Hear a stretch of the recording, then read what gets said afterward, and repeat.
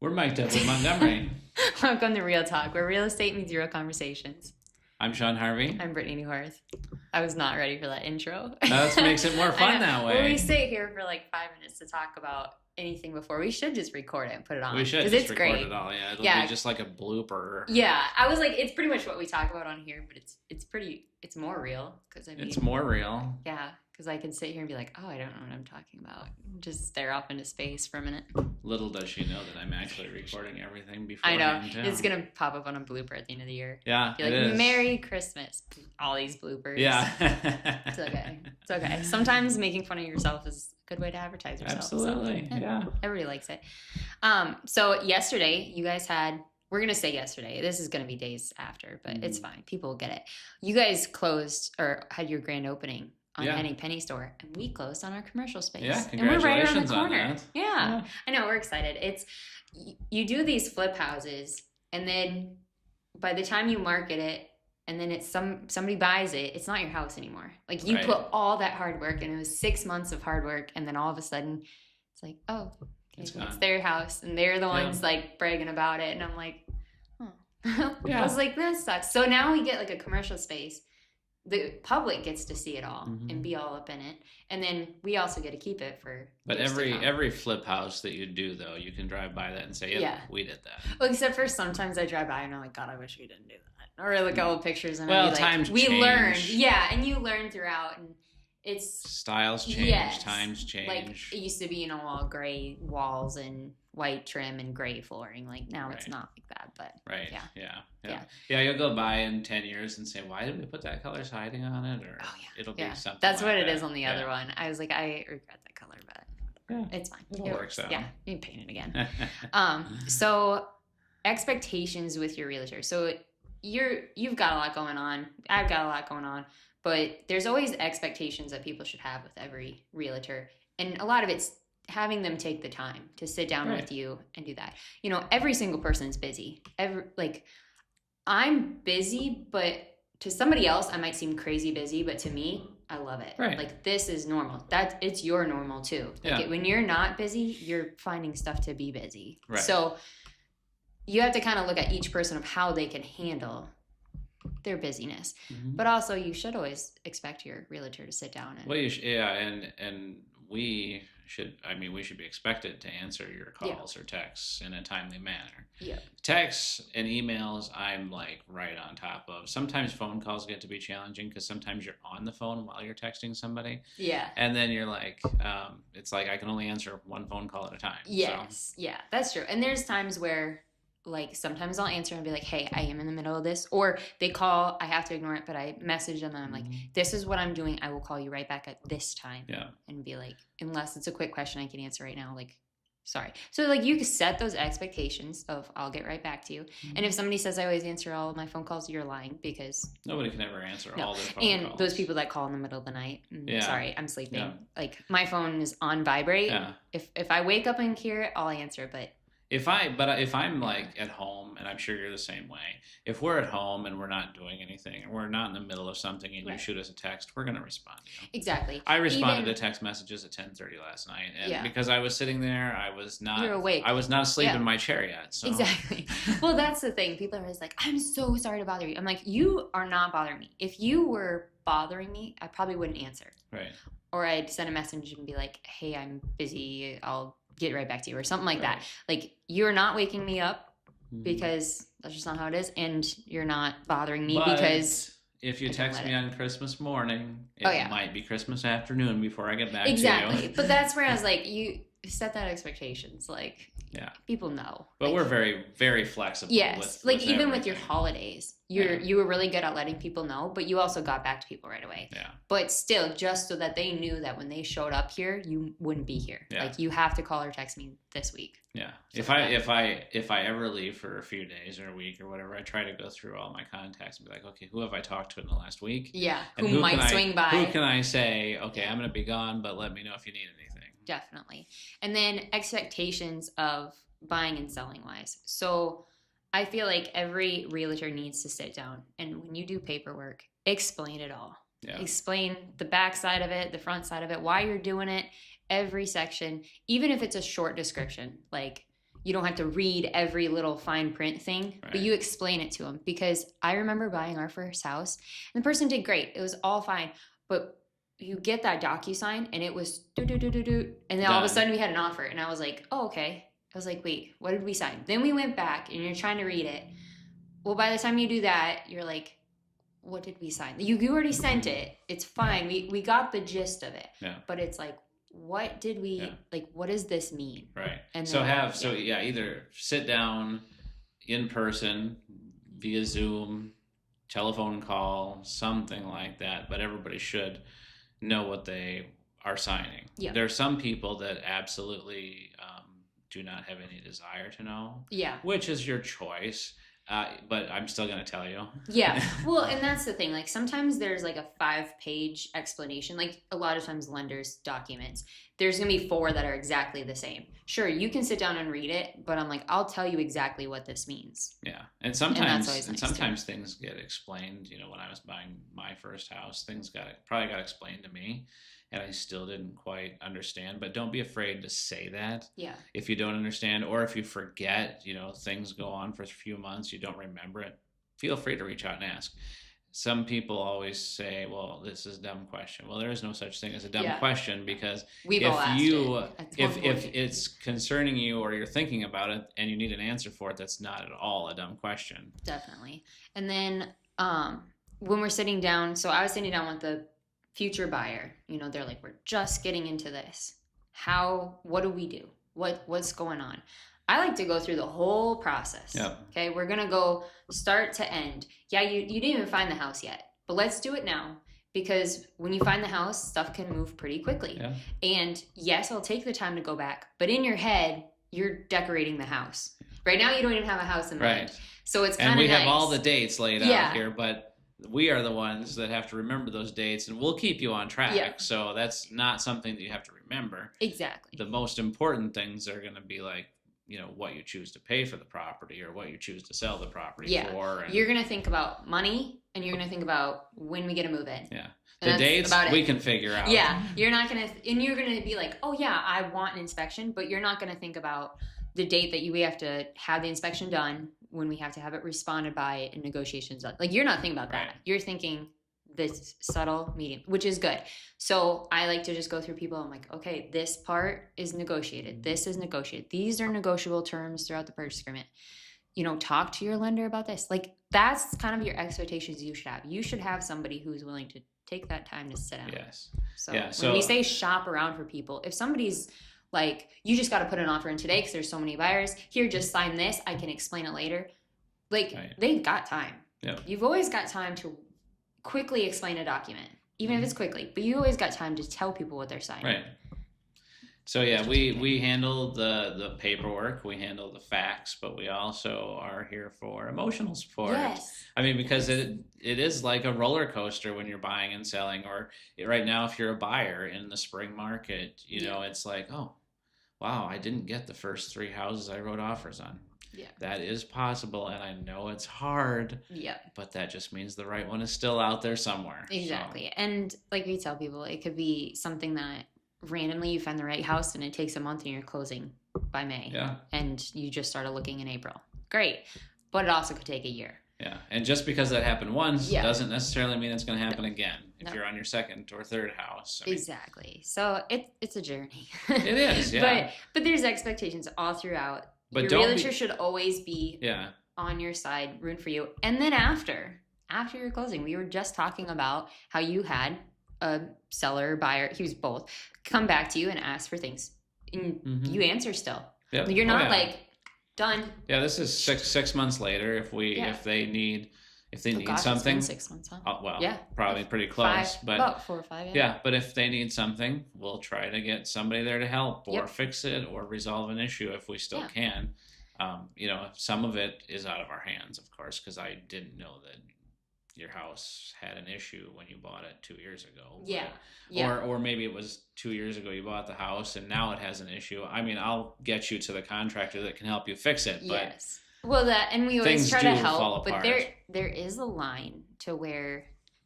So I had this buyer, and it was before all these derecho storms, and they were very concerned before about any water leakage. And the person never had it. Inspector came through. It was like, there's no previous water leakage. There's nothing. Like, the gutters were, everything was good to go. And a year later, all of a sudden, we had these derecho storms, and they had some water leak in. It wasn't like a whole basement flooded. Some water leaked in an old window in a storage room, and they were very upset. Okay. Expectation is I'm going to work with you and try to figure this out.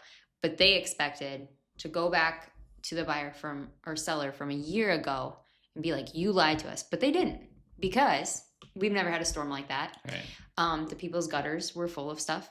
Yeah. It was leaking down. The one gutter was turned towards the house. It's like, there's so many other factors. There's so many variables. Yes. So we like to set expectations with people too. A house is going to age. A house needs maintenance from, yes, the month that you move in, it might be just fine. But even 3 months down the road, you're supposed to be starting maintenance stuff. Every season has different maintenance stuff that you need to do. You can always watch our page. We like to post about it because people will come back and be like, that buyer lied to me. Well, Derecho, speaking of those, I had a pretty decent house that sold, and during those storms, it was getting some water in the basement, and I said, well, geez, I just don't know why. Maybe check the gutters, see if they're plugged or whatnot, or if the downspouts are on. Come to find out, we've never had storms like that. The house never even had gutters on it. Oh my gosh, didn't even think about it. For the last 30 years, yeah. Well, never had an issue. Yeah, I'm like, when it's such a sudden amount of water, like there's a lot of people. There's a lot of people that haven't had water damage, haven't had any leaks since. But there was, as being a contractor's wife, constant calls. There was everything. Roofs leaking. There was water in the basement. Every single person. You went to Runnings or Walmart or anywhere, no sump pumps around, nothing. Every single person had issues. So it's like, I don't want to be like, suck it up. But this is an expectation of... Right.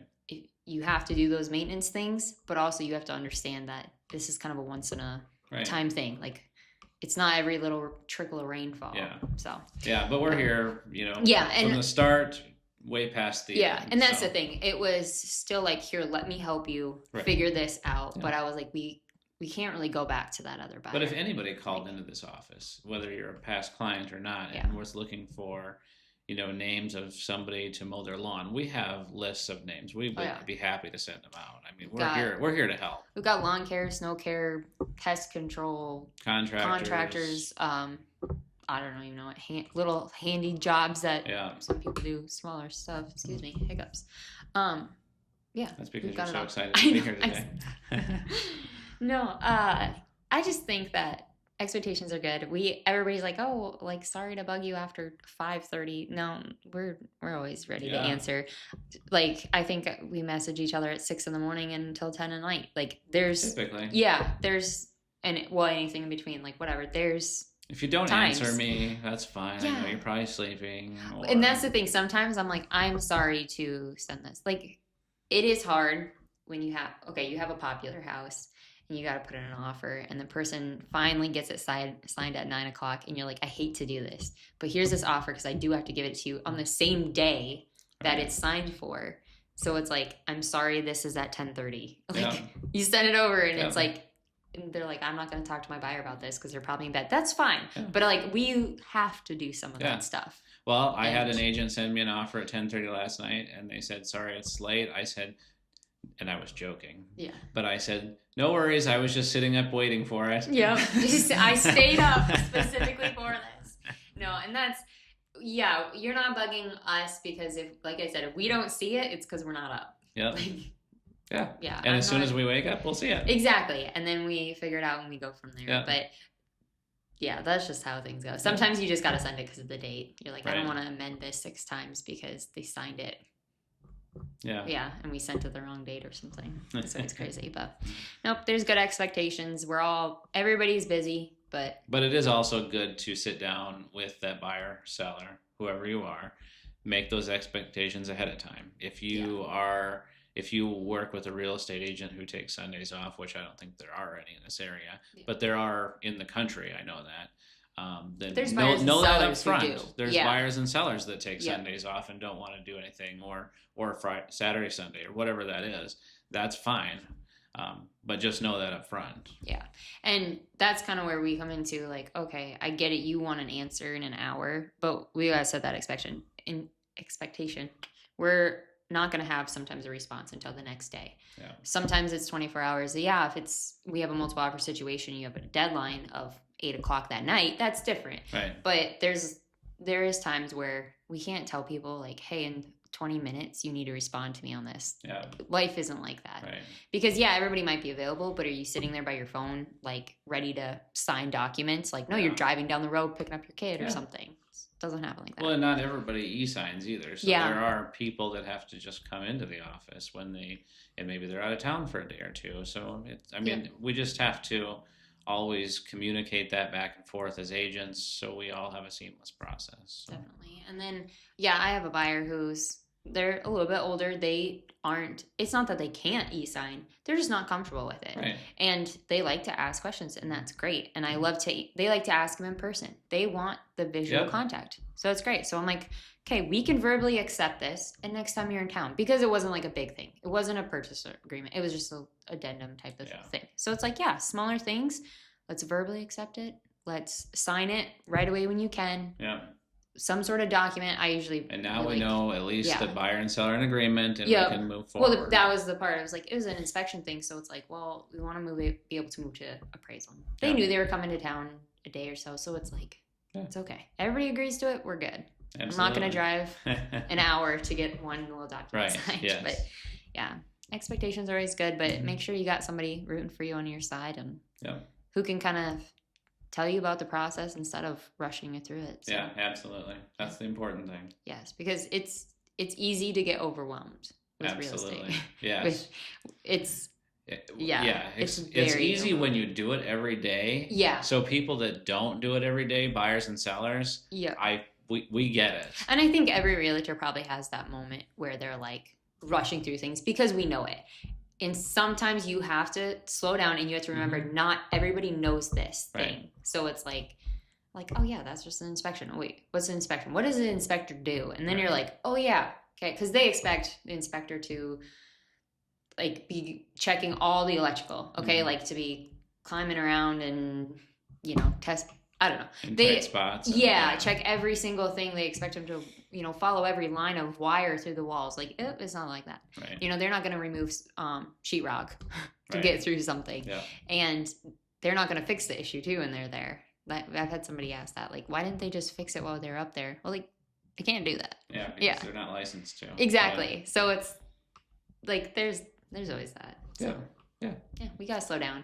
Sometimes, but slow down. Well, everybody needs to. Yeah. Right? I mean, it's a world of rush, and everybody, everything just takes time. Yeah, but I think it's also your choice of, or like who your buyer is. Okay, so I'm a very like let's get to the point.